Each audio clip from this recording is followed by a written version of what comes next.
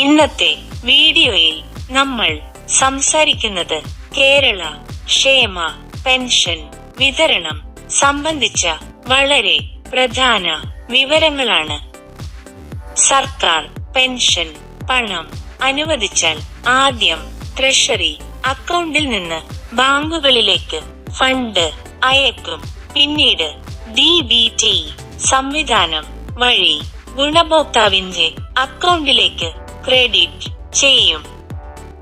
സാധാരണ സർക്കാർ റിലീസ് ചെയ്തതിനു ശേഷം 2 മുതൽ 5 പ്രവൃത്തി ദിവസത്തിനകം അക്കൗണ്ടിൽ പണം എത്തും. പക്ഷേ ബാങ്ക് പ്രോസസ്സിംഗ് കാരണം ചിലപ്പോൾ 7 ദിവസം വരെ വൈകാൻ സാധ്യത ഉണ്ട്. ആധാർ ബാങ്ക് ലിങ്ക് ചെയ്തിട്ടില്ലെങ്കിൽ, NPCI മാപ്പിംഗ് ഇല്ലെങ്കിൽ, അല്ലെങ്കിൽ KYC അപ്ഡേറ്റ് ചെയ്തിട്ടില്ലെങ്കിൽ പെൻഷൻ അക്കൗണ്ടിൽ ക്രെഡിറ്റ് ആകില്ല. ബാങ്ക് അക്കൗണ്ട് ഡോർമന്റ് ആയാൽ പണം തിരിച്ചുപോകും. അതുകൊണ്ട് കുറഞ്ഞത് ഇടയ്ക്കിടെ അക്കൗണ്ട് ഉപയോഗിക്കുക, ബാലൻസ് പരിശോധിക്കുക. ലൈഫ് സർട്ടിഫിക്കറ്റ് സമയത്ത് സമർപ്പിക്കാത്തത് പെൻഷൻ തടയാനുള്ള പ്രധാന കാരണമാണ്.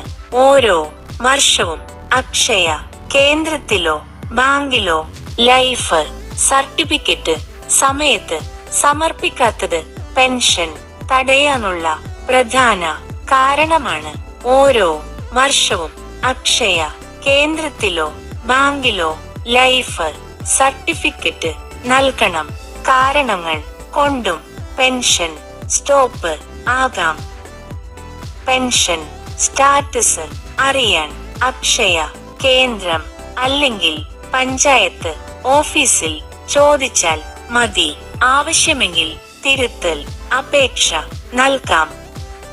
പെൻഷൻ തടഞ്ഞാൽ ഭയപ്പെടേണ്ട.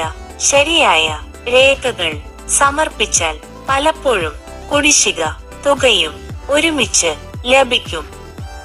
Pan, Aadhaar, bank mobile number എല്ലാം ശരിയായി അപ്ഡേറ്റ് ചെയ്തിരിക്കണം. ഇല്ലെങ്കിൽ DBT പരാജയപ്പെടും. ഈ വിവരങ്ങൾ അറിഞ്ഞാൽ പെൻഷൻ വൈകുന്നത് എങ്ങനെ പരിഹരിക്കാമെന്ന് നിങ്ങൾക്ക് മനസ്സിലാകും. ഈ വീഡിയോ നിങ്ങൾക്ക് ഉപകാരപ്രദമായാൽ ചാനൽ സബ്സ്ക്രൈബ് ചെയ്യുക. തുടർന്നുള്ള വീഡിയോകൾ കാണാൻ ബെൽ ഐക്കൺ അമർത്തുക. ഇത് കാരുണ്യ ഫിനാൻസ് മീഡിയ നിങ്ങളെ ചിന്തിപ്പിക്കാൻ തയ്യാറാക്കിയ ഫിനാൻസ് ബോധവൽക്കരണ വീഡിയോ ആണ്.